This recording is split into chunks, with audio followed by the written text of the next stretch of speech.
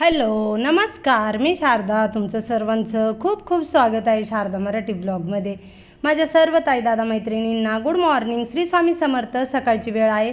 आजचा वार आहे रविवार. तर बघा इथे ना गार्डनची माझी पूर्ण साफसफाई झाली आहे. एकदम मस्त असं गार्डन झाडझटक करून घेतलं आणि जी काही गार्डनमधली माती म्हणा झाडाचे पानं वगैरे होते सर्व वेचून घेतले.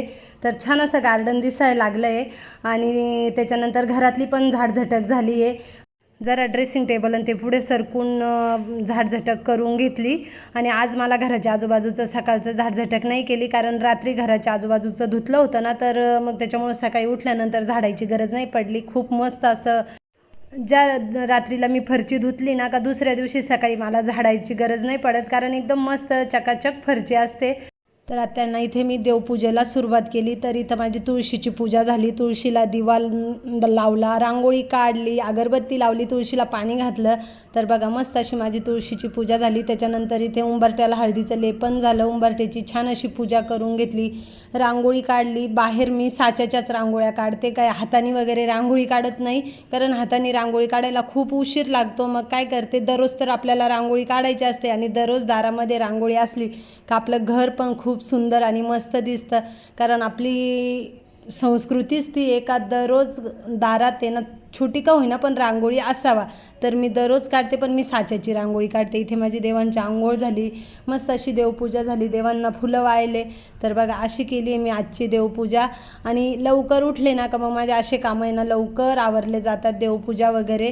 तर मस्त त्याच्यानंतर मी डायरेक्ट तुम्हाला आता दुपारी 1:30 वाजता भेटले. तर मार्केटमध्ये गेले होते, भाजीपाला घेऊन आले, किचनवरचे सर्व कामं आवरले, जेवणं वगैरे झाले, सगळे कामं आवरून घेतले. आणि मग मी मार्केटमध्ये गेले होते भाजीपाला आणायला. भाजीपाला आणला, येताना ना ऊसाचा रस पण आणला. तर इथे ना आता आम्हाला सर्वांना ऊसाचा रस घेते.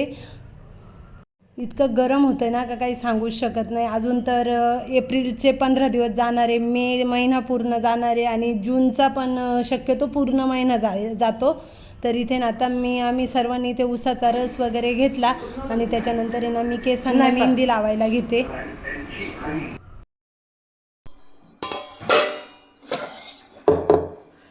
इथे तुम्ही बघा मस्त रात्रभर मेहंदी भिजले आणि आत्ता पण दुपारचे 2 वाजले. तर आता माझे सर्व काही कामं आवरले आणि मग म्हटलं मेहंदी लावून घेऊ केसांना. भाजीपाला पण आत्ताच मार्केटमधून आणला. बघा छान अशी भिजली.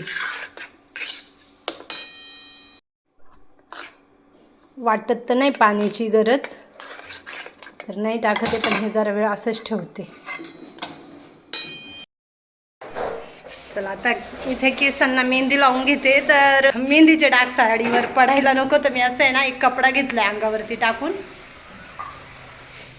खूप सफेद केस झालेत, असे गळून गळून त्यांच्यामध्ये काही राहिलं नाही.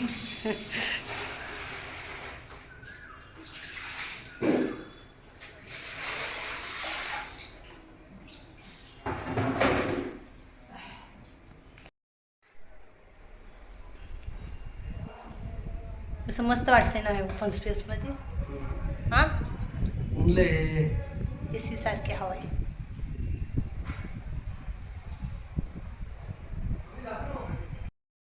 इथे आमच्या हौसाकडून मी केसांना मेहंदी लावून घेतली. तर तिला काही कॅमेऱ्यासमोर यायला आवडत नाही, त्याच्यामुळे ती काही कॅमेऱ्यासमोर आली नाही. आणि ती जेव्हा कधी मेहंदी लावते ना तर ती हातानेच लावते. ती म्हणते हाताने छान मेहंदी लागते, आणि खरंच हाताने ना मेहंदी मस्त लागते.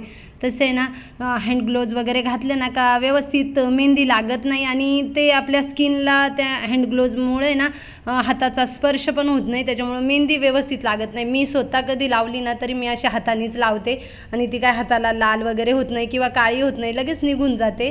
तर इथे ना माझ्या केसांना सर्व मेहंदी लावून घेते, कारण सकाळी तर मी काही मेहंदी लावायचं ठेवलंच नाही काम. म्हटलं नको, जरा उशिरा मेहंदी लावूया, सगळे घरातले कामं वगैरे आवरून. त्याच्यानंतर मला मार्केटमध्ये भाजीपाला आणायला जायचं होतं. मग म्हटलं मेहंदी लावली ना तर मग हे कामं माझे राहून जातील, त्याच्यामुळं म्हटलं आधी सगळे कामं करून घेऊ आणि निवांत मेहंदी लावू. मेहंदी लावल्यानंतर मग बाकीचे राहिलेले घरातले कामं करता येतील. तर इथे आता मस्तपैकी बघा असे छान अशी तिनं आहे ना केसांना मेहंदी लावली. आधी ना मी कंगव्यानी केस विंचरून घेतले, असे मोकळे केले, आणि मग तिने मेहंदी लावायला घेतली. जेव्हा कधी मला मेहंदी केसांना लावायची असते ना तर अशाच पद्धतीने मी मेहंदी लावते. कधी हौसा लावून देते मेहंदी, नाहीतर कधी कधी मी माझ्या स्वतःच्या हाताने पण लावते. आरशासमोर उभी राहते आणि मस्तपैकी अशी लावून घेते, नाहीतर शक्यतो मला तीच मेहंदी लावून देते. तर बघा मस्त अशी तिने मला मेहंदी लावून दिली आणि प्रत्येक केसाला मेहंदी लागली. एकदम मस्त तिने सर्व केस मोकळे करून करून लावले. बघा अशा पद्धतीने छान अशी मेहंदी लावली.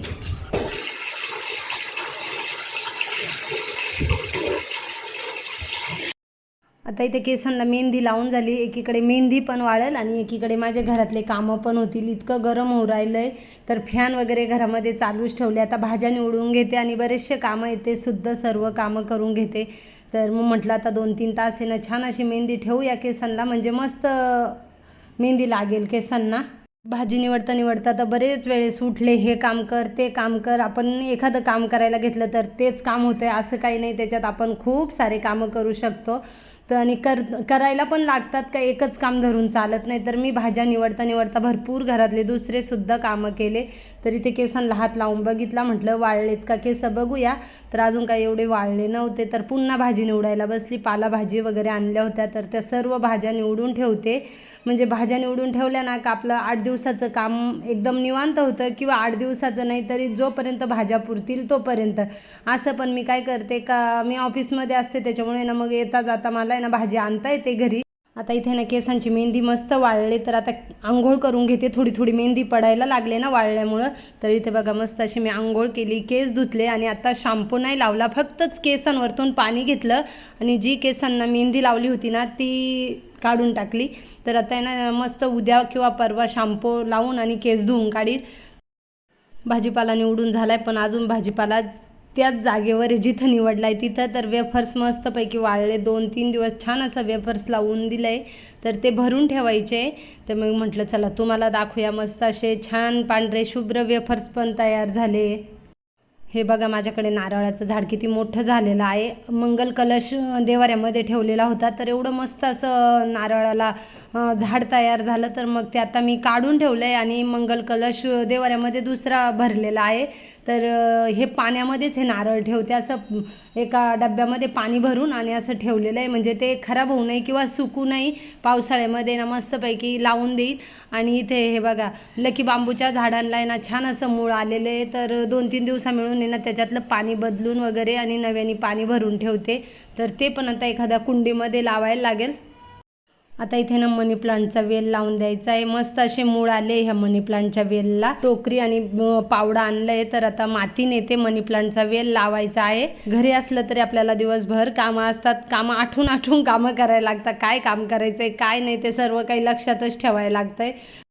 हे बघा माझ्याकडे ना मातीचं एक मटकं होतं, घराच्या कामाच्या वेळेस याच्यात पाणी वगैरे ठेवायचे. तर आता ते तसंच पडलं होतं. मग म्हटलं चला त्याचा मस्त अशी आपण एक कुंडी बनवूया. तर ते मी असं कट करून घेतलं. ही वरची साईड आहे त्याची. तर याचं स्टँड बनवायचं आहे आणि त्याच्यामध्ये हे मडकं ठेवायचं आहे, म्हणजे मस्त कुंडी तयार होईल. तर आता म्हटलं त्याच्यामध्ये मनी प्लांटचा वेल लावूया. इथं माती घेतले आणि हे बघा हे मनी प्लांटचे वेल आहे. मस्त वेलाला आहे ना मस्त मूळ आलेत आणि धुवून घेतलेत. मूळ असे छान पाण्यामध्ये धुवून घेतले. आता ते मी लावून देते आणि पुढच्या दारात ठेवते. मस्त दिसतं. तर इथे बघा फुल पाडून घेतलं आहे मटक्याला. एक ब्लेडनी 2 दिवस मी कापत होते. एवढा हात भरून आला होता ना कापता कापता. शेवटी थोडं राहिलं तर मग काम चालू होतं, मुलांनी कापून दिलं.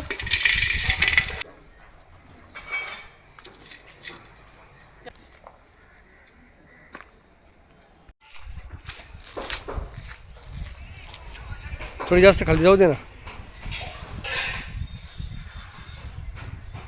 तर बघा मस्त असा माठाचा उपयोग केला ना. टेराकोटा कलर दिला, गार्डनचा कलर उरलेला होता. तर कमीत कमी 5-7 हात कलरचे दिले. तेव्हा कुठे असा लाल कलर दिसायला लागलाय. अजून एखादे 2 हात कलरचे देणार आहे. तर बघा मस्त असं टाकाऊपासून टिकाऊ वस्तू केली आहे. खूप मस्त दिसू राहिले. पुढच्या दाराला ठेवलंय तर